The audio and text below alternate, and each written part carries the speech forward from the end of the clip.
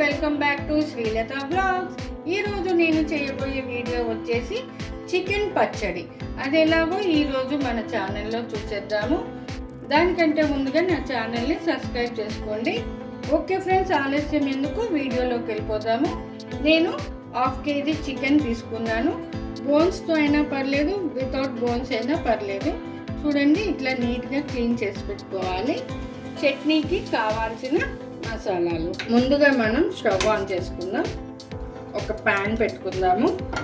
ఈ ప్యాన్ కొంచెం హీట్ అవ్వాలి.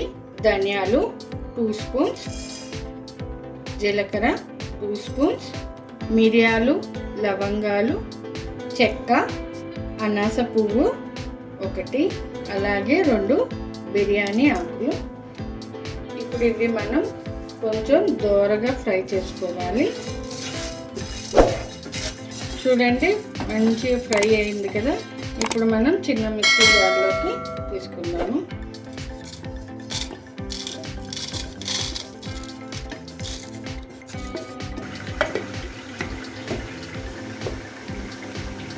ఓకే అండి, చూసేసారు కదా, ఇలాగా మెత్తగా పౌడర్ వేసేసుకోవాలి.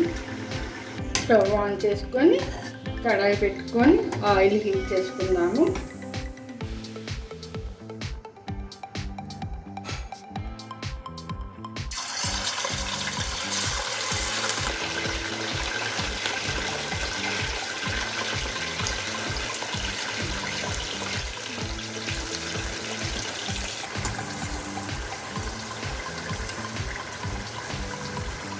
చికెన్ని ఇలా మధ్య మధ్యలో మనం తిప్పుకుంటూ ఉండాలి, కలపెట్టుకుంటూ ఉండాలి.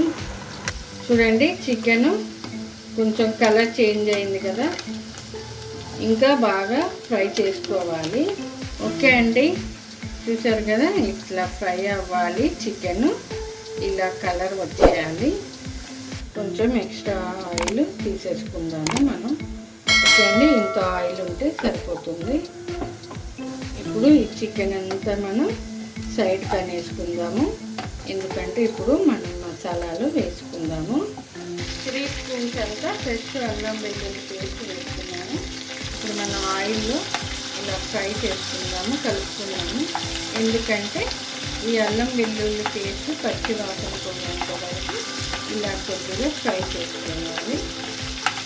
చూడండి, ఇలా మంచిగా ఇలా ఫ్రై అయింది కదా. ఇప్పుడు చికెన్ కూడా కలిపేసుకున్నాము.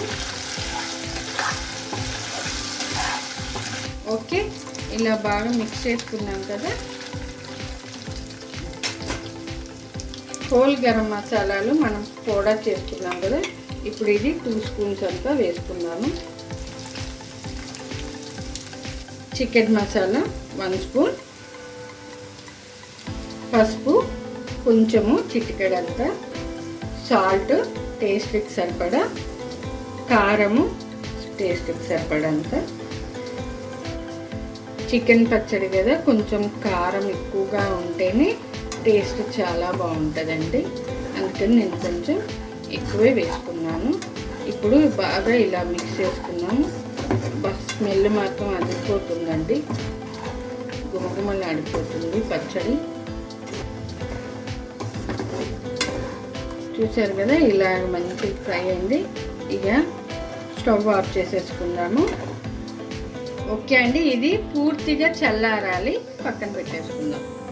ఓకే అండి, చికెన్ పూర్తిగా చల్లారిపోయింది. ఇప్పుడు మనం లెమన్ వేసుకుందాము. మరొకసారి బాగా మిక్స్ చేసుకుందాం. ఓకే అండి, బాగా మిక్స్ చేసుకున్నాం కదా. ఇప్పుడు ఇది మనం ఒక చిన్న బౌల్లోకి తీసేసుకొని ఫ్రిడ్జ్లో స్టోర్ చేసేసుకోవచ్చు. ఇది ఈ రోజు కన్నా నెక్స్ట్ డే తింటే చాలా బాగుంటుంది. ఓకే అండి, చూసేసారు కదా, ఎంతో యమ్మీగా టేస్టీగా ఉండే చికెన్ పచ్చడి రెడీ. చాలా సింపుల్ అండ్ ఈజీ అండి. మీరు కూడా ఒకసారి ఇంట్లో ట్రై చేసి చూడండి. ఎలా వచ్చిందో నాకు కామెంట్ బాక్స్లో కామెంట్ పెట్టండి. ఈ వీడియో మీకు నచ్చినట్లయితే లైక్ చేయండి, షేర్ చేయండి, కామెంట్ పెట్టండి.